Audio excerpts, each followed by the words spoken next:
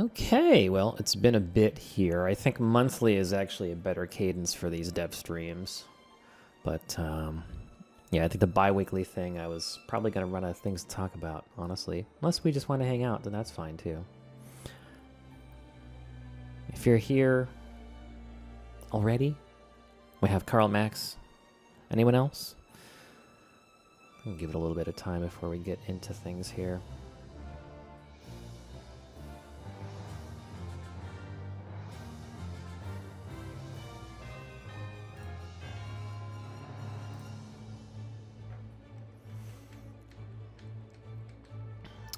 This is one of the levels that it's not done, it's kind of a rough draft of an indoor level here. So we'll look at kind of the intricacies of indoor mechanics in this one. And then there's another one I'm going to show.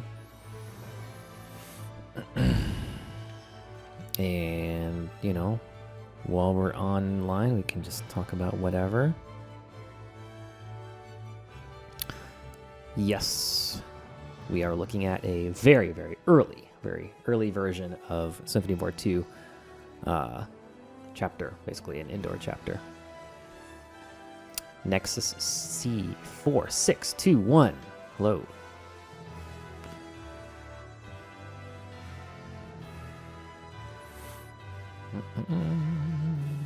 I'm told that the AFC championships are going on right now, so my apologies.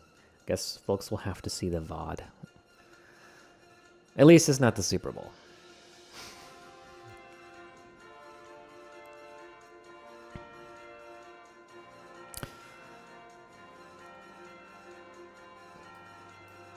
Damage wall breakable, or is it just a texture? It's just a texture. Yeah, the breakable terrain thing is an entirely new world of both coding and game design that we're a long distance from something like that. We talked about doing like fortifications that are, you know, damaged, or walls that are damaged by, you know, cannon fire or whatever, just any kind of combat. I never really got around to it. I'm not sure how necessary that is, but it could be cool. We got anyone else here? We got Carl Max, we got Nexus. Where's the usual suspects? Watching the football game, perhaps?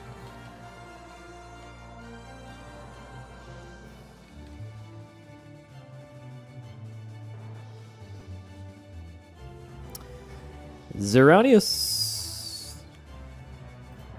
You exist.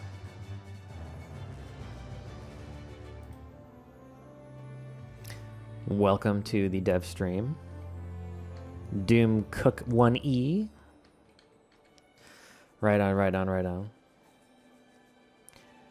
Didn't mean to be a little Matthew McConaughey there. Right on. Mithrin RMVX, the other half of our dev team.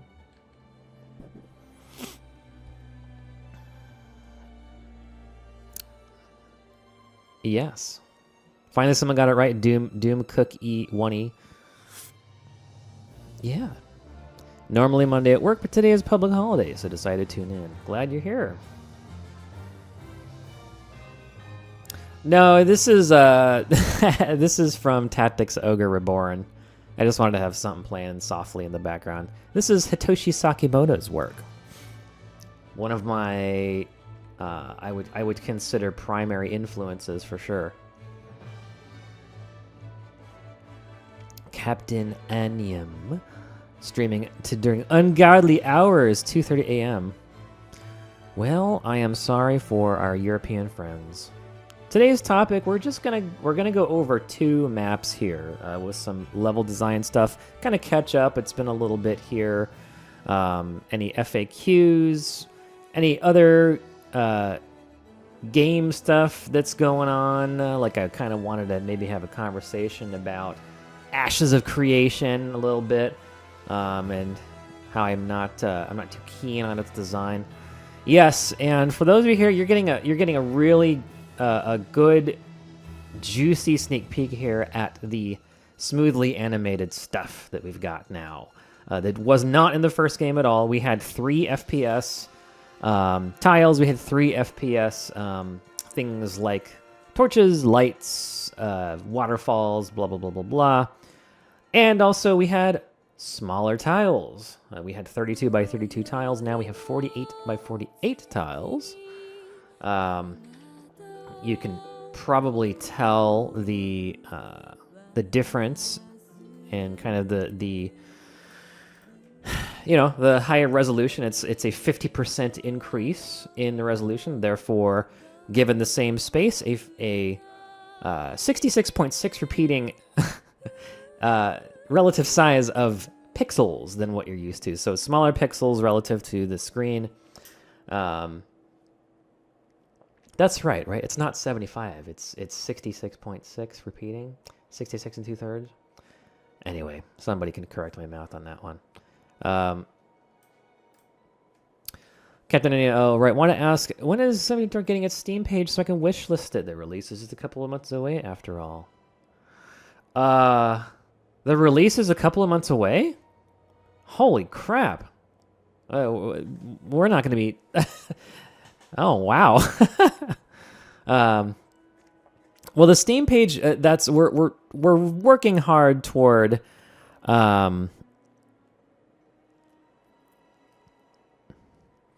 I said Q2 2025.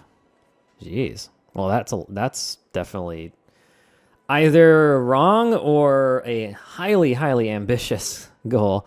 It might have been Q2 2025 for the Steam page to come up, but not the game to release. That's certainly never... I don't think ever was our plan, but... we can talk a little bit about the naval stuff today. I'm not showing off a naval map today because that's not really done enough. Yeah, the Steam page, Captain Enium, is definitely one of the big goals that we're working toward. Obviously, it kind of sucks not to have a Steam page up because if we're doing these dev streams, people are, we haven't really blasted the existence of this game out really that much yet, which is kind of on purpose. There's not much to show at this point. But once we do have enough to show, like battle system mock-ups and more complete trailers, movies, blah, blah, blah, blah, blah, title screen is done, all that stuff, then we'll get a Steam page up, and then we'll do a lot more publicity, blah, blah, blah, blah, blah, right? So, it's mostly just kind of our close friends in the Discord server who know that this even exists, right? I had a little Steam thread about it, so some people there know. Yeah. Yeah, so Blaze 1711, if I forget to talk about naval mechanics, just bring it up. Lurkermeyer says, this map is cool. I like the cell doors blocking the treasure chest. Implies a switch or lock-picking mechanic. Indeed. Blaze says, more so if you'll be including naval crew characters or any crew-related perks, stories, and quests, etc. Yeah, I mean, we can talk about, we haven't actually come up with the final determination on how crew works in naval. We definitely have concluded, and, this is set, that we don't want the naval and land resource and experience point allocations to compete with each other. So you'll be buying all of your naval stuff with a different currency, like pirate coins instead of gold, right? And there's not going to be any technologies in the army level tech tree that are exclusively naval. They're going to be something like if you're upgrading your metallurgy in order to get better armor for your land troops, then it also upgrades your armor or your guns on your ships, right? So it's basically that's one of the things that we're super dead set on is sharing those upgrades and then not sharing the resource cost, right? So therefore, because what we really want to avoid with naval is like some of our fancier players, like our red names on Discord, are gonna go respec the, because you can respec your army tech tree in this game, right? So they're gonna respec for naval, to optimize the next mission because they know the next mission is gonna be a lot of naval stuff. Nope, we're gonna make it so there's absolutely no reason to do that, right? So. Yep, I see. Yes, upgrades would be good. There won't be any repetitions. Yeah. I think mostly the point is so that you don't get into like the, as we call it, gamey behavior where, if you don't respec for a naval chapter, then you're like missing out, and then you feel like you're doing it wrong. We're gonna make it very clear. No, you're not doing it wrong. You're just gonna build your land army as you think it should be built, and you're not gonna be punished for doing that. For the naval stuff, because like there's no way a player's gonna know until they actually reach the naval chapters what you're supposed to do, right? And we expect that. There's a lot of tutorial mission content, like the first 5 chapters are all basically tutorial stuff, right? And then once you reach the first naval chapter, that is just a naval tutorial, right? So what mechanics and upgrades will have competing resources? Well, let's actually. Good question. Let's look at this map a little bit, and then I'll show you the other one. So this is indoor. It's the first indoor map outside of the really early tutorial stuff. Pay no attention to the small cursor. That's the old cursor. It's not animated. It's the cursor from the first game. You can actually that's kind of useful to see the size of the tiles in the first game compared to the size of the tiles now. Look at that. So it's it's a 50% increase in our resolution. Very exciting. I love it. So not exactly 50%. It's like 42, 45, something like that. It's, it's significant. And you can definitely see how much more beautiful the, the actual, like the walls and everything. It just, it looks really, and if we were to increase it another 50%, like you wouldn't be able to tell as much of a difference. Like the differences between like 420 and 480 and 720 is massive, right? Oh, actually, it is a 50% increase. Yeah, duh. First in chat from Tatsuya Tainaka. That's a familiar name. You're from our Discord, yeah? Tatsuya. Oh, yes. Okay. And the reason you're here is because I added you to Twitch pings because you asked about it. So, welcome to our Twitch. Please give us a follow. Anyway, we're doing level design and FAQs as they come up. So a little bit more about the indoor map here. Again, this is very, very early, very rough. Everything here is subject to change. We got nice treasure chests here. They can have gold, they can have trait tomes, they can have artifacts, they can have items, blah, blah, blah, blah, blah, right?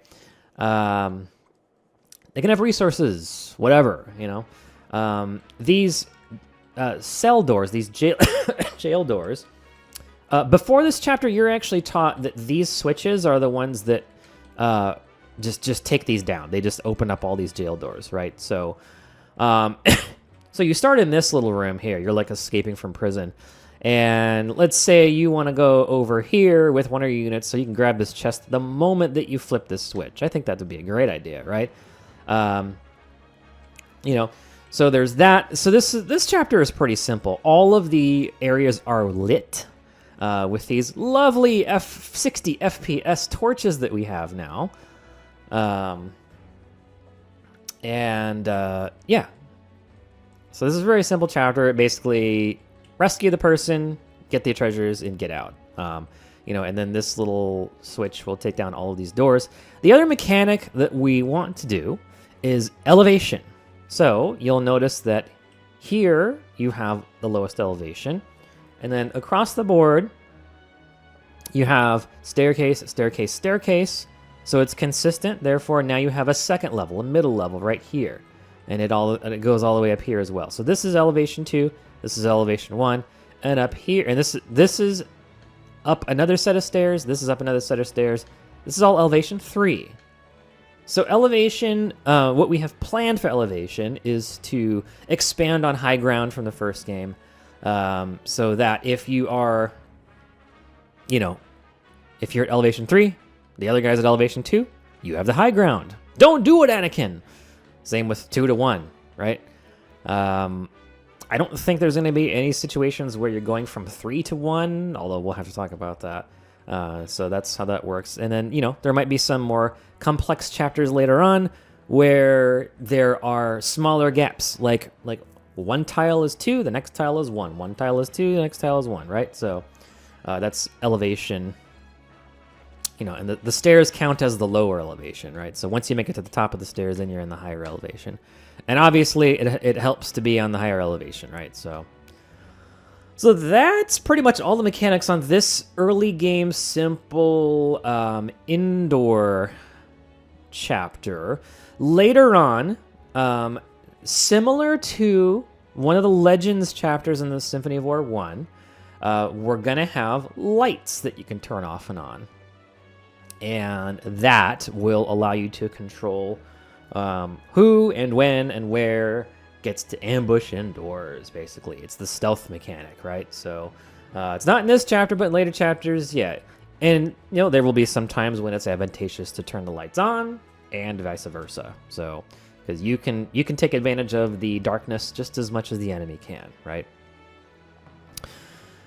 Questions. Metagaming a little is fine. It's more a problem when you have straightforward obvious decision like taking ship-specific stuff to ship-specific missions. There needs to be some kind of evaluation, or it's something you have to go through the motion. Yep. Yeah, that's if there's only one best way to go, then we don't want to do that, right? Captain says, I wanted to ask if you plan on doing any modes besides the campaign, like skirmishes or even PvP. I finished that 6 different times and stuff with no healers, cavalry, which there's more variety. Wow, you are a power fan, I would say, because you've just done it all. You have digested our game thoroughly, right? Gosh, if we could have a situation where you can put together a squad or put together an army and send that file over to your buddy and fight it, controlled by the AI. Oh my gosh, how cool would that be? I love that idea. That would be awesome. Besides that, other modes besides the campaign. So this campaign is going to have a lot more modes built into it.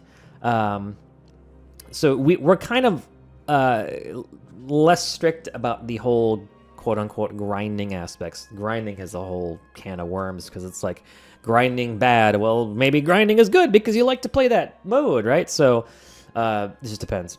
We're going to have more things to do in the home base is the biggest expansion, I would say. Blah, blah, blah, blah, blah, blah. Alternate 8 TV facts. Alternate 8 TV facts.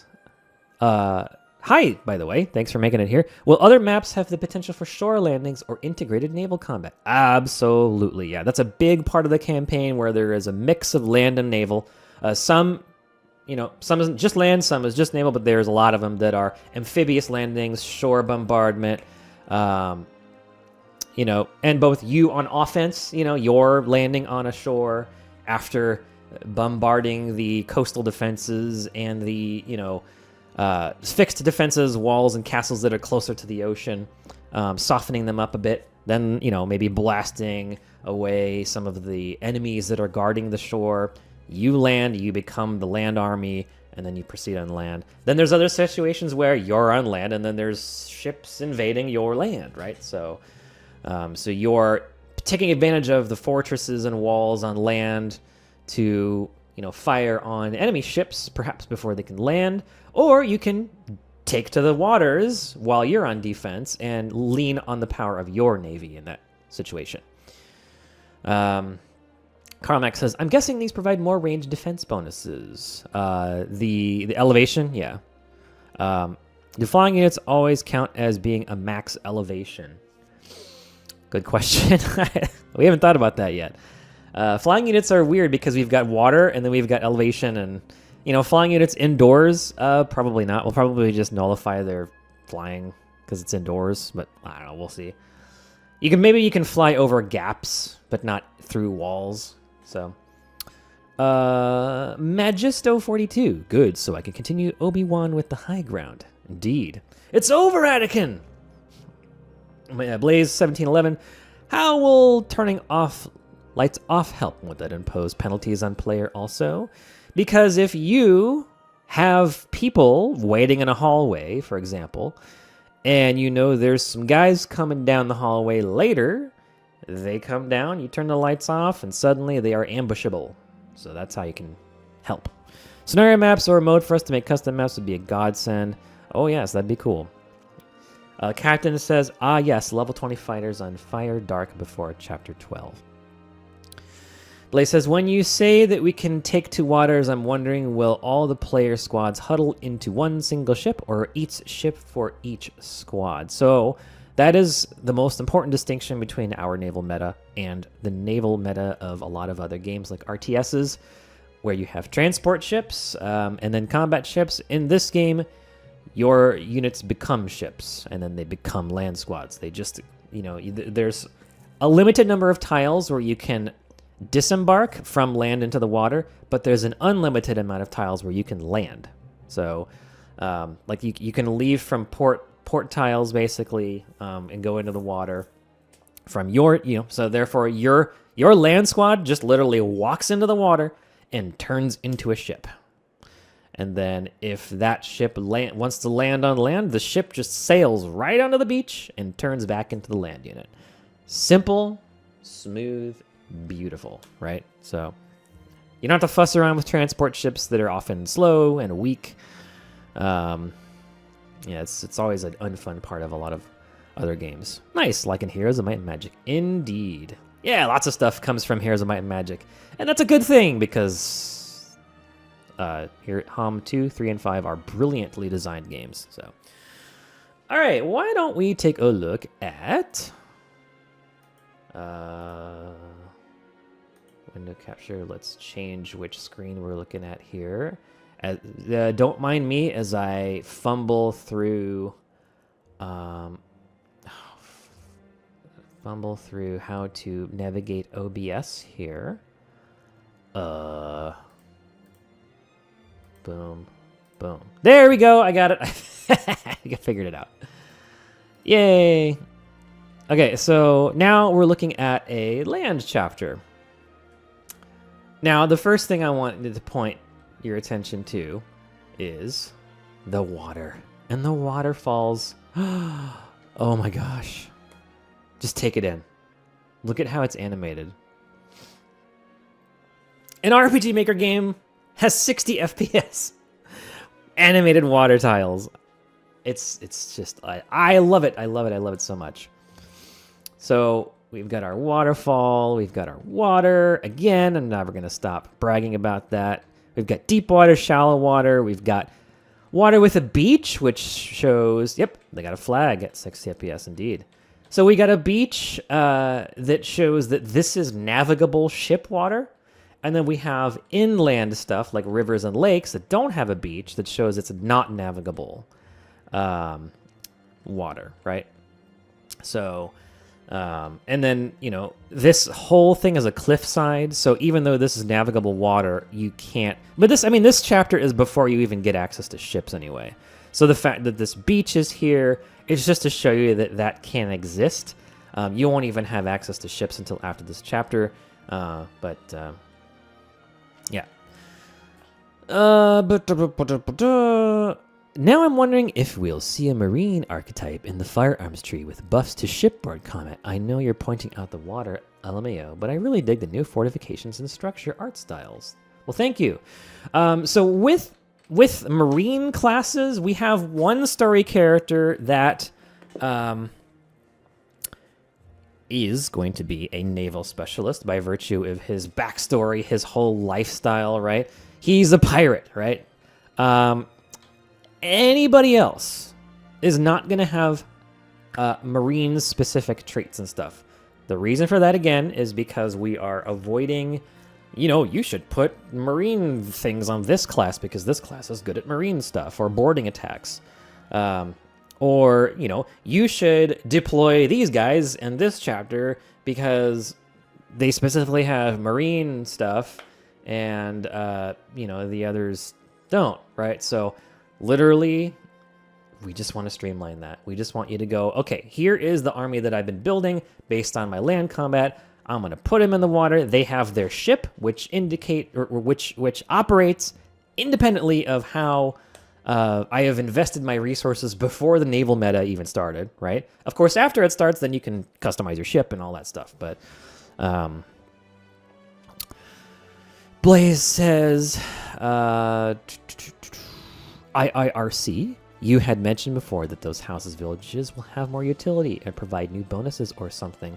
Actually, they work just like they do in the first game. This townscape tile is considered rough terrain and ambush terrain. It's just like it's actually almost indistinguishable from the forest tiles.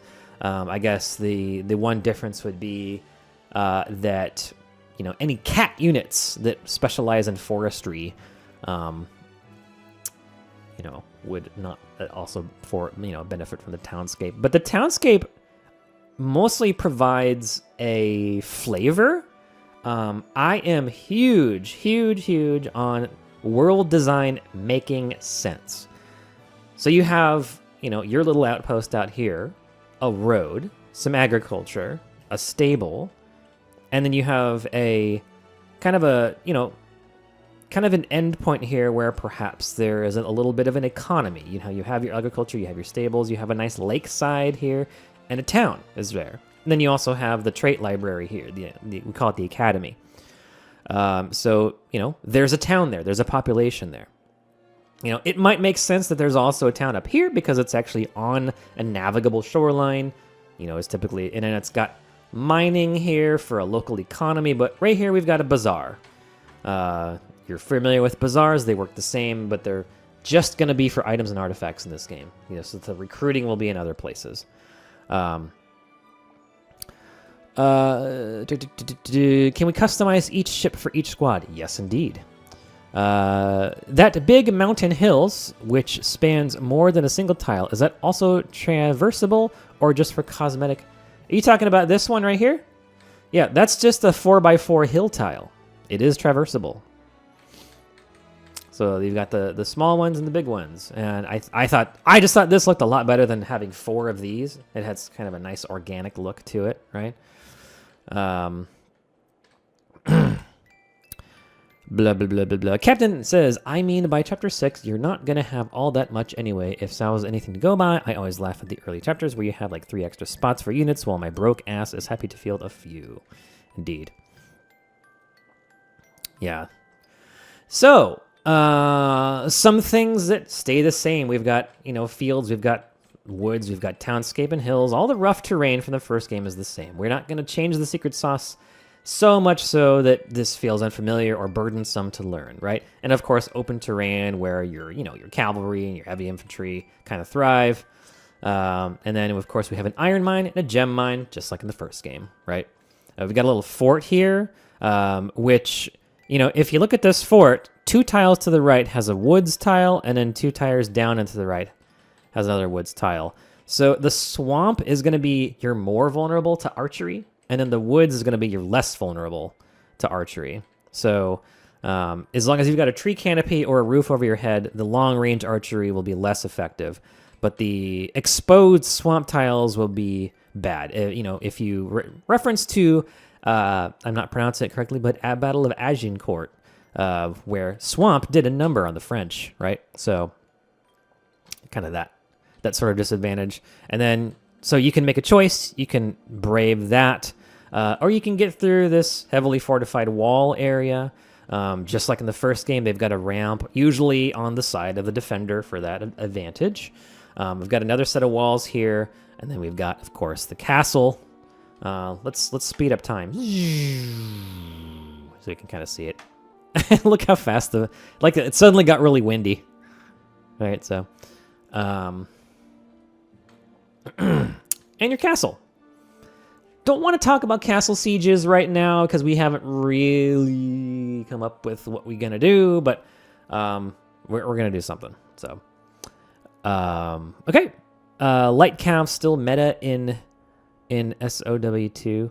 Well, I don't know if they're considered meta by everybody in the first game, but yeah, I mean, light cavalry, actually, there's going to be a different type of attack that light cavalry can do that heavy cavalry can't.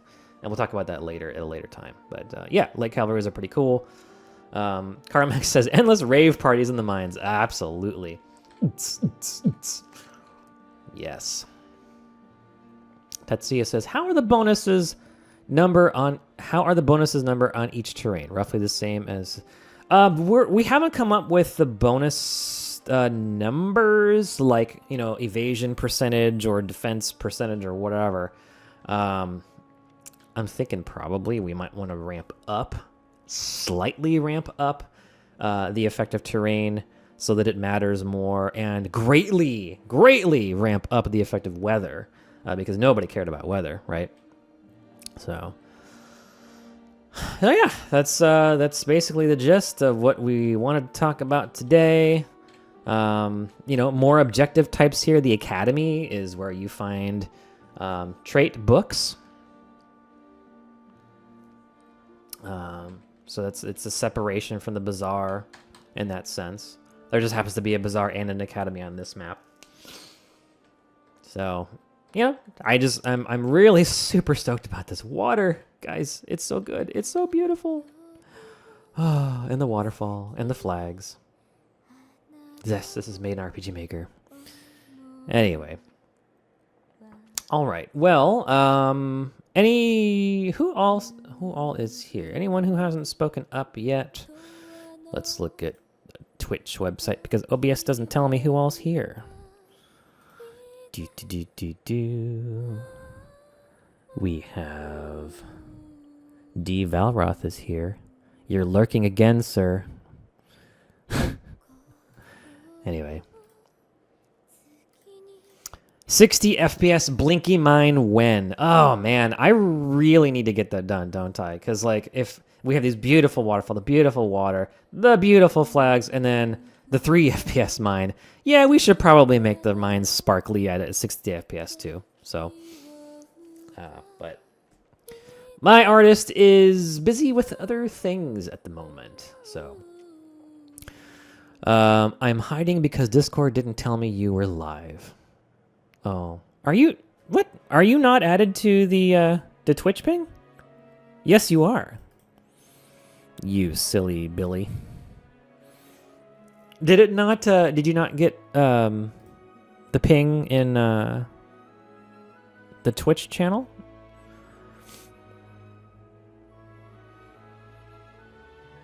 Oh, okay, got it. Right on, right on. Well, glad you're here. You guys have been working hard to advance the engine, indeed, in SoW3. What's in SoW3? Tell me. Look at my... Are there any graphics effects still on your wish list? Oh, yeah, the Blinky Mine should probably be 60 FPS. You know, have like a little shiny, like a gold bar shiny effect. Should be really cool. Other than that, we're working on some actual animated movies. It's taking a long time, but, you know, that'll be a new visual thing. The biggest visual thing is just larger.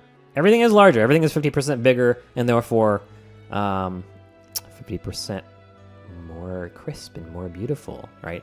The battle sprites are going to be the same. They were already pretty big in the first game, and they're already really beautiful, and so we don't want to mess with that meta too much. We just have all the new battle sprites for the things like the new classes, tier 4, beasts, stuff like that. Lightning would be fun, or wind to affect archers. First time chat, Hell Parkour. Look how rain will make arrows feel like feathers and make cavalry miss all their charges because of mud or rain. Okay. So I don't want to be like obnoxious actually guy here, but let me just preface that before COVID, I was really big archery, IRL archery amateur like enthusiast. I maybe once a week at least would go to the local archery range, or archery course or archery range, depending on, you know, like it's me and a bunch of other dudes that are all over 70 years old who would just go shoot bows. And rain is not going to do shit. Wind does. Wind definitely does. But no, I would never feel hampered at all by rain, and it rains a lot where I live. Not hard rain, like a storm, like a raging tropical storm or something like that, but it definitely rains a lot. And even in a lot of rain, like the only thing that would really affect my archery, and this is me just as a random amateur, right? I would say back before COVID, I was an advanced amateur, but still not really that super good. Maybe it would affect my vision, like, or it would affect the, not even the grip on the string. I don't even think it would affect that either.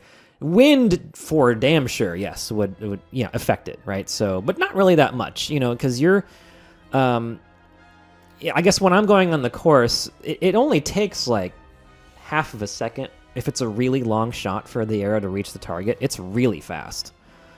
So it doesn't have much time for things like rain to have a dramatic effect on it. And it's not really windy where I live, so I've never really done archery in the wind IRL necessarily. Like, there's some times, but it doesn't really have that much of an effect. And, I'm doing like maybe, the normal hunting range. I've never actually hunted real animals, just fake animals made out of straw. But, at the range that we do it, it's almost like a gunshot. It's really fast, like boom, like it's really fast, right? Not as fast as a gunshot, but it's, if you're firing a proper, 50, 60, 70 pound recurve, that arrow is booking. That's why it's deadly, right? We're shooting these. I mean, I'm not shooting like, I don't have like a hunting, like a broadhead or something like that. I just have like practice arrows that, are cheap, because if you shoot them into a tree, they don't fucking cost you a bunch of money. But, they still go really fast. So, I thought about doing something like that for Storm in the first game, but like, it really doesn't make sense. Like, if it's super windy, but then we don't even have a wind mechanic in the game. But what ended up, kind of growing off of my IRL archery experience is the long range firing into forests or into townscape is certainly not a advantageous position to be in. And if you're on the receiving end of arrows, having to trudge through swamps is probably not a fun time.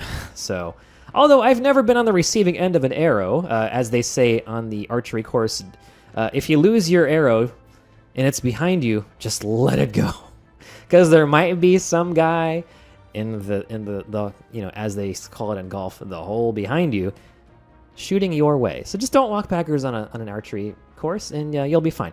You might find the next guy's arrow in your chest if that's the case, right? So don't do that.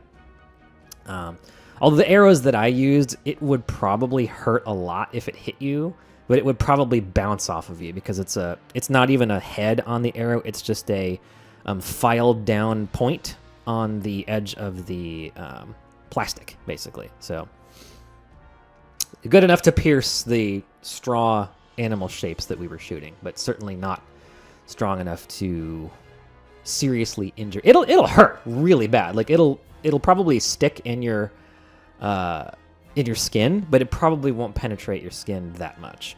If it hits you in the neck, ugh, that's bad. but that's really hard. That's really, really hard. So, like, if it hits you with your clothes on and your chest, it'll probably just, oh god, that would still hurt pretty bad. But at least it doesn't have a broadhead on it, or some kind of like bodkin head where it would actually kill you, right? So, anyway, enough nerding out about archery. Boy, I gotta get back into it. It's been a long time, 5 years, and my archery muscles are super bad now. Like, if I picked up my old 70-pound recurve, I probably wouldn't be able to fire it. So, probably go back down to the 50. Anyway, T5 Cavalry. We're going up to T4 this game, but the T4s are awesome. Yeah, rain affecting fire mages, sure. Snow helping items, sure, yeah. During thunderstorms, lightning on the map, yeah, maybe. There certainly will be storms that have a dramatic impact on the naval meta, right? That's one of the biggest killers of ships before the, the advent of, the steam engine actually powering ships, or, petroleum and nuclear powered ships that can weather storms a lot better. Certainly sail powered ships, plus a storm equals not a fun time, right? So the hazards for ships, I think, will be dramatically worse than on land. So,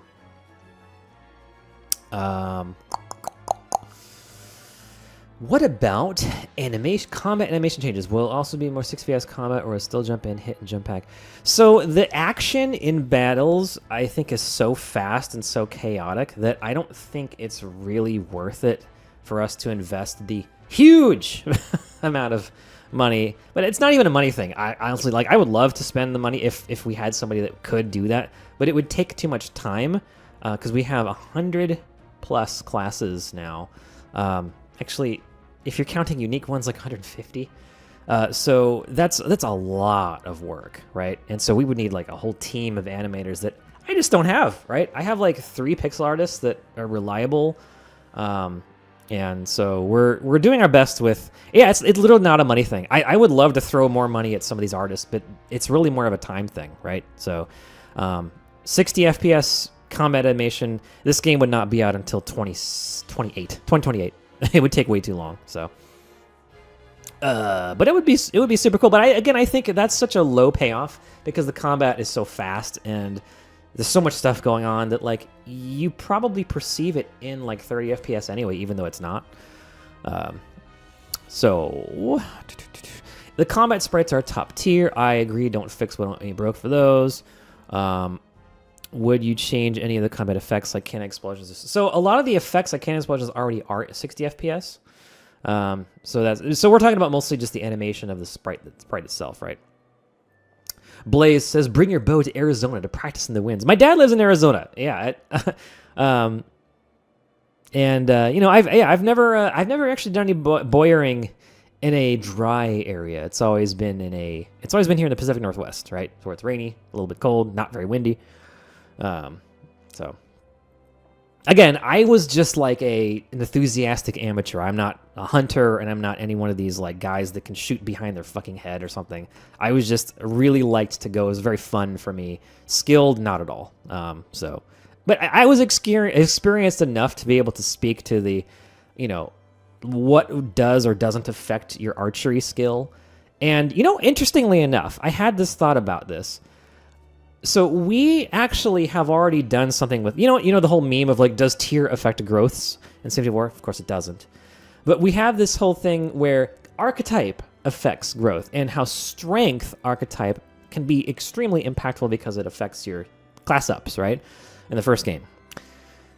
I actually would say, now again, I am not a melee comp. I've never done that. I was actually thinking about getting into HEMA, but that never panned out because COVID happened and everything shut down. But archery is like mostly strength. It's definitely technique. Like you have to like know the basics of keeping your body very statue still, except for releasing your fingers, right? You have to know like the basics of aiming, but now you're talking about like real like professionals like to go into the Olympics and stuff. If you're just like me, an amateur that wants to go shoot some, fake targets,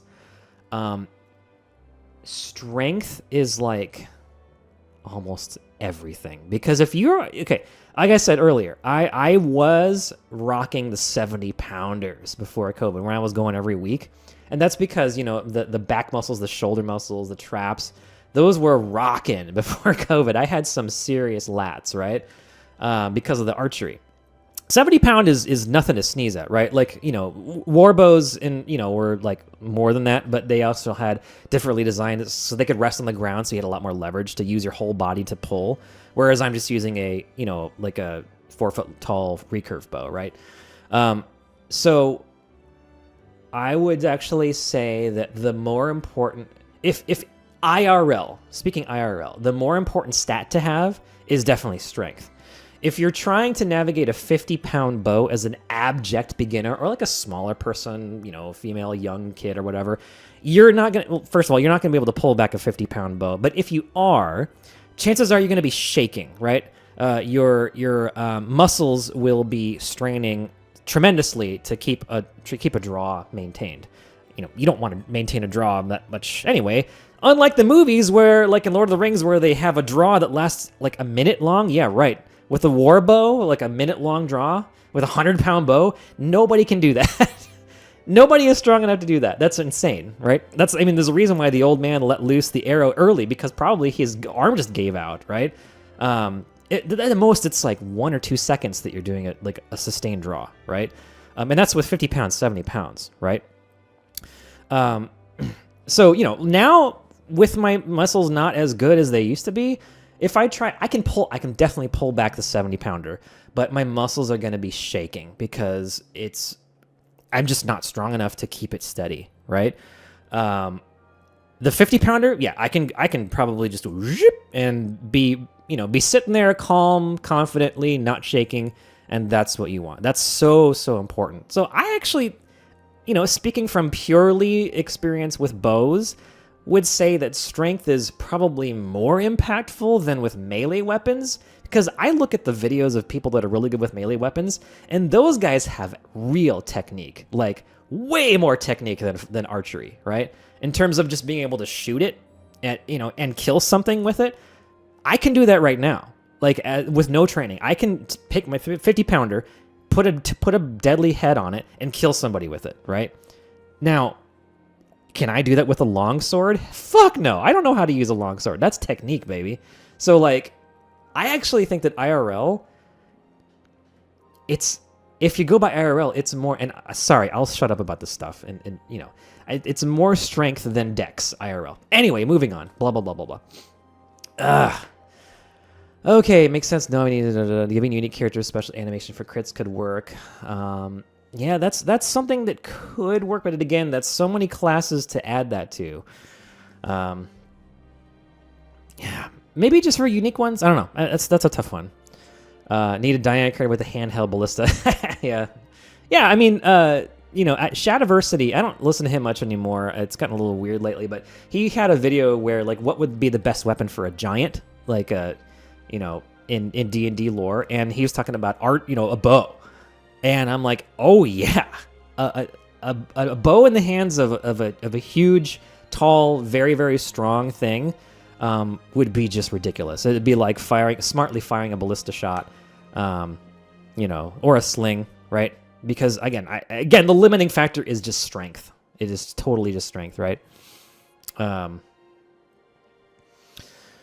mostly use normal speed arena. Quite enjoy the animations. D&D got swords, bows, backwards, pretty much.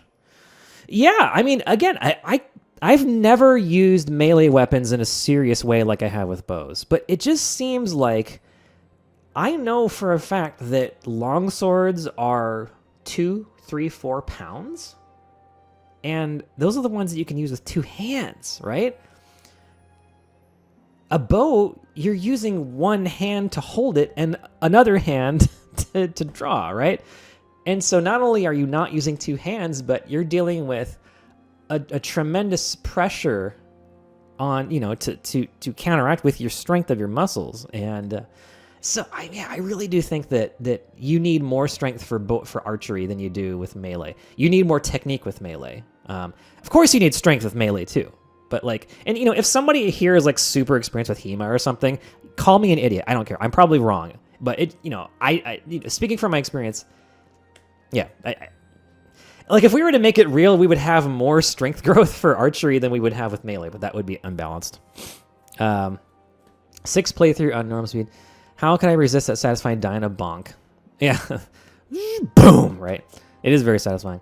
So we need a gym for our archery units to get sick gains. Oh, hell yes. Dude, before COVID, I loved the seated row. Not the rowing machine that's more loose, the seated row. And that's a tremendously good exercise, right? And I would do that 3 times a week. And I would do up to 200 pounds on the seated row. three. I can't do 200 pounds now, but like that. Some of my lats were like, I had like wings on as lat muscles. It was awesome. But then they atrophied because I stopped doing it. That's how it goes. Seated row is a good one. Everyone should do that. And let it go way down so you're stretching all the way down, and then pull it back quickly and let it go back down slowly. It's a very good exercise. First time chat from Linlin420. Oh, 420, that's the funny number. Welcome. Are you on our Discord? Give us a follow on Twitch if you haven't already. Carl Max 812 says, as someone with zero experience in any form of combat, I decree ye a fool. That's totally fine. I probably am.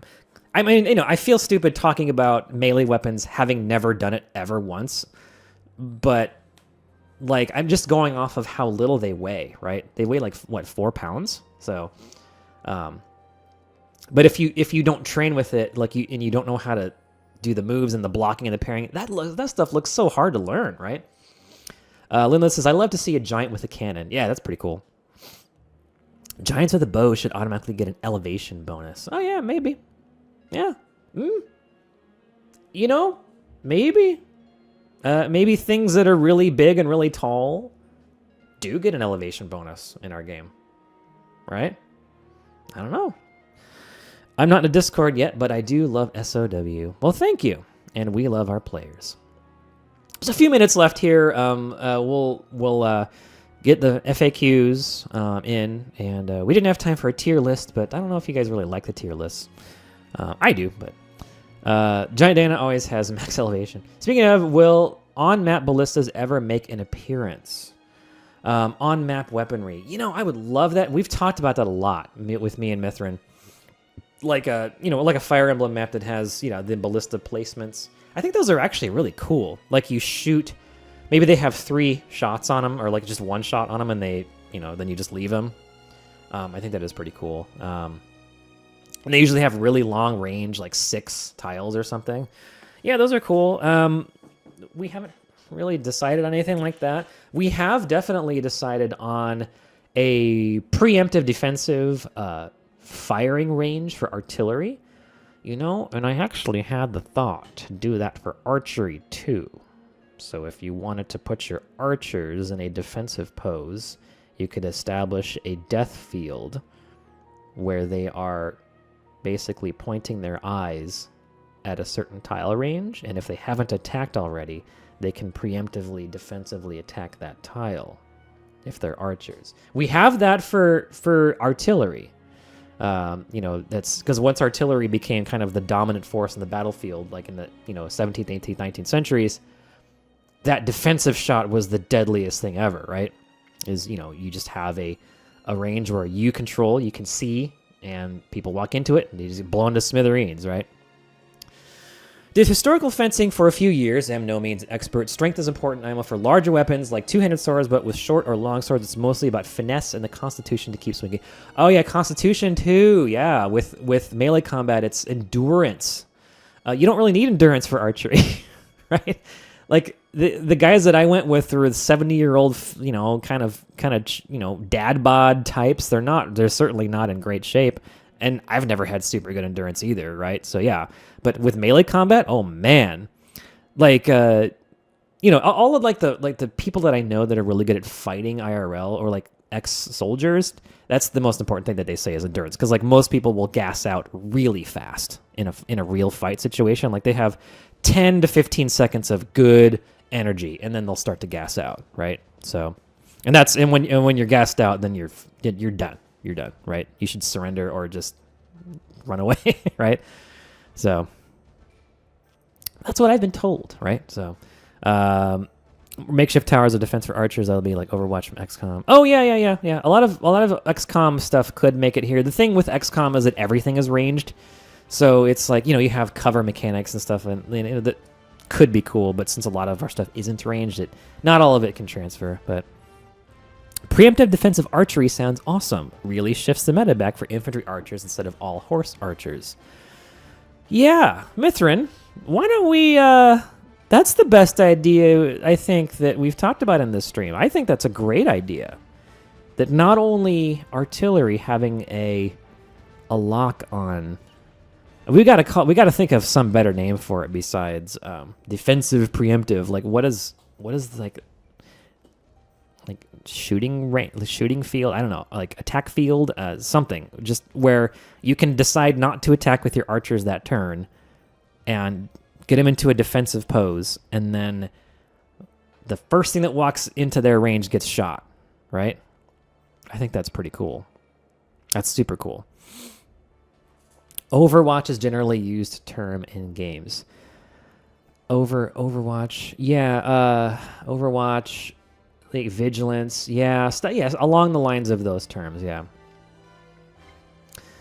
Yeah, horse archers are super powerful in the first game. And that's cool. Like, how often are horse archers powerful in a game where there's infantry and guns and stuff and dragons? Like, you know. So. All right. Well, if there's no any other pressing questions, I think we will try to reconvene in a month from now. I think the bi-weekly stuff doesn't have enough content, and we're pretty darn busy lately. So, because like I'm actually right now, I've been cranking at level design. And there's so much of it to do. Like I've been putting, I'm refining all the tiles, terrains, placing objectives onto the map in a way that actually is conducive to a fun level that gets played.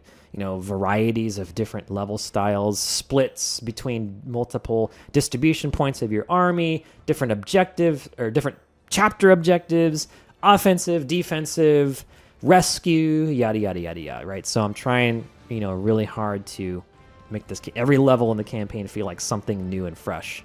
And then again, this chapter is actually a little bit more sparse than most because it's got this big field, but the chapters are very dense. Like we have something, like if you go this route, you'll probably get into a fight right here. You got the stables, you got the library, you got the town, you got the swamp, and then you got the castle. It's very dense. You're not traveling and doing nothing. Maybe one turn here, you're traveling and doing nothing, but again, you're just setting out to hit these walls. And then you're going to go and get these mines. And then maybe one more turn for only travel, right? But like the only travel turns we're keeping to a very, very bare minimum. So Blaze says, thanks for the stream. I can see this game is shaping up to be a step above visually and gameplay and scale-wise. Indeed, that is the goal. And we want it to be just as easy and fun to play as the first game. We don't want it to be too burdensome where it's like, oh my god, I'm going to play fucking Path of Exile or something, or dealing with miss rates in XCOM or whatever. We like the level of intensity, relative intensity, and brain power used for Symphony of War 1, and we want to keep that about the same for the second game. So, okay, if you haven't given us a follow on Twitch and YouTube, please do so. If you haven't joined our Discord, please do so. And have a wonderful rest of your evening, and we will see you next time. Love you all.